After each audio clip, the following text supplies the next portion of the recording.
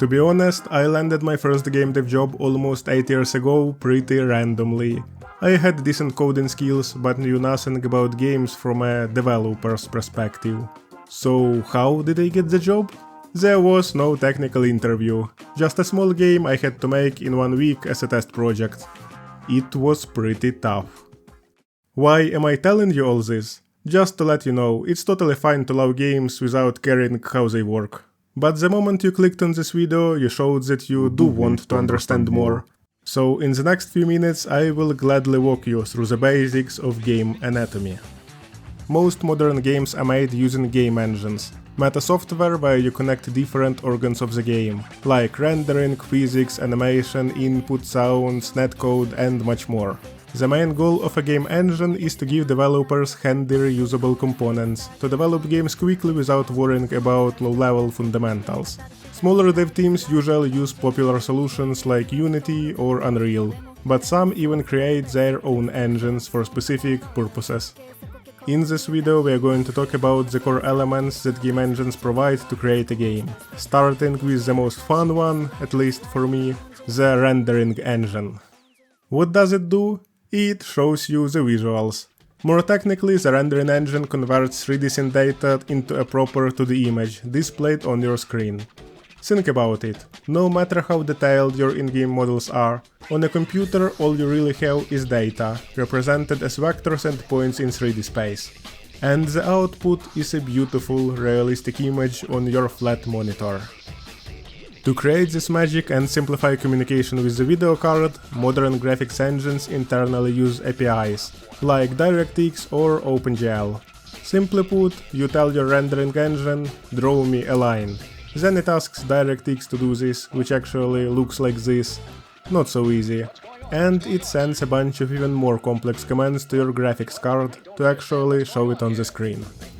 Let me briefly explain the graphics pipeline. It has 3 main steps. First comes vertex processing, transforming 3D points and preparing them for 2D space. Here we find out where each of our 3D points will be projected on our flat screen. Next is rasterization, breaking the image into pixels, so it can be displayed on pixelated monitor.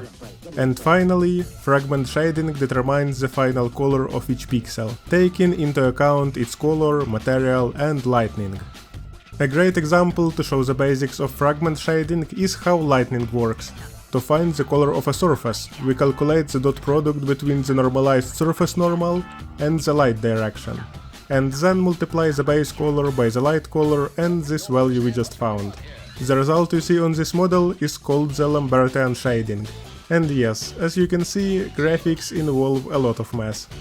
By the way, have you ever wondered why all 3D models are made of triangles? Are rendering developers just huge fans of Doritos or what? Well, first of all, there is a fundamental geometry principle. In 3D space, the minimum number of points needed to define a surface is 3. Also, triangles are the most stable 3D shapes when it comes to deformation, which is why all modern GPUs are optimized to render triangles. If you have some coding experience and want to learn the basics of rendering, I have attached a great PDF book about a browser-based rendering engine. You can find it in the free post on my GameDev Patreon, linked in the description. Like, subscribe and check it out. Okay, with graphics our game looks cool, but now we need to make it feel alive. The physics engine lets the game simulate real-world behaviors, like gravity, friction and collisions. The first memory I have is from when I was a newbie game developer and had to create a game similar to Pool, but where the balls fought each other. The game engine we used didn't have enough options for physics, so instead of adding an external physics engine, I decided to make my own from scratch. Looking back, I know that was a pretty foolish decision, but I did it well and learned a lot about how physics engines work. Basically, a physics engine is a collection of formulas. Here is a simple example. To check if two circles intersect, you just see whether the distance between their centers is less than the sum of their radii. We can divide the physics engine into 4 subtopics. Rigid body physics are the rules that control the movement of solid objects. Soft body physics handles deformable objects like cloth and jelly. Collision detection are algorithms that determine when objects of different shapes touch each other. And raycasting, firing a ray to detect objects it crosses, used for things like calculating bullet trajectories, player input, or building vision cones. It's important to remember that physics simulation must balance realism and performance, so most games use simplified physics. That's why objects often feel more chunky than they look. After reviewing the first two topics, let's move on to what connects them into a working game. Scripting. In game engines, scripting is used to link components like graphics and physics, either through programming languages like C# or C++, or visual scripting tools like blueprints. As a software developer, I was initially skeptical of visual scripting, but later became more familiar with it. So if you're making a smaller game with basic mechanics, visual scripting can be a great choice.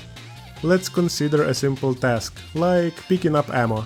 You want to give player 10 bullets when they run into a bullet pack on the battlefield. First, you create colliders for both the bullet pack and the player. This allows the physics engine to detect the collision. Then you script a collision event. If these two objects collide, add 10 bullets to the player's inventory, remove the bullet pack, and refresh the UI. The next interesting topic is the animation system. I think there is no need to explain what animations are, come on, so instead I'll show you the most common types. Keyframe-based animation is a sequence of images changing one after another, often used in simple 2D games. For skeletal animation, developers create a virtual skeleton and attach bones to parts of the character model to move them.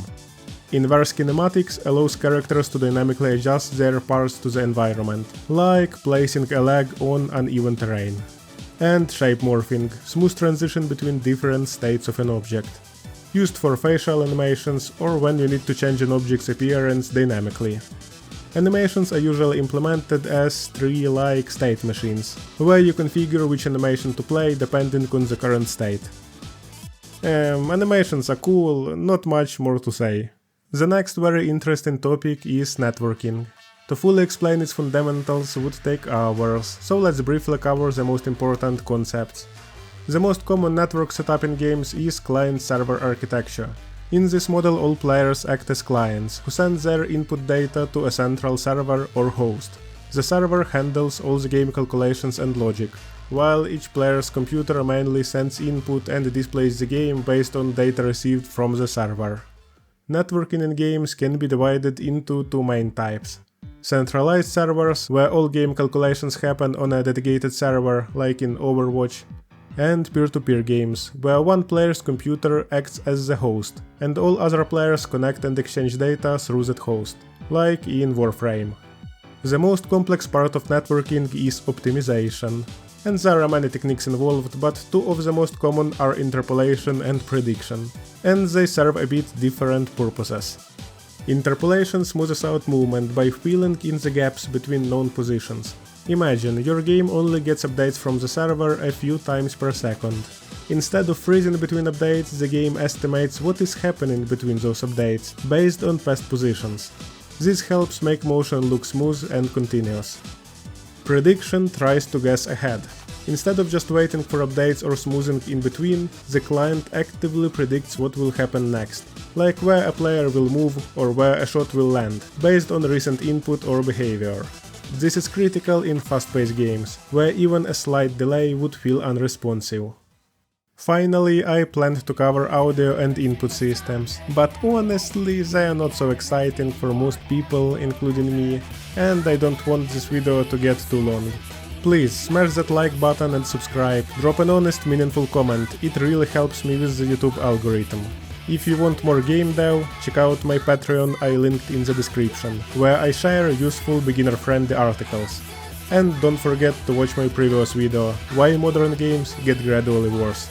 Thanks for watching, I'll see you very soon, we are still on the internet.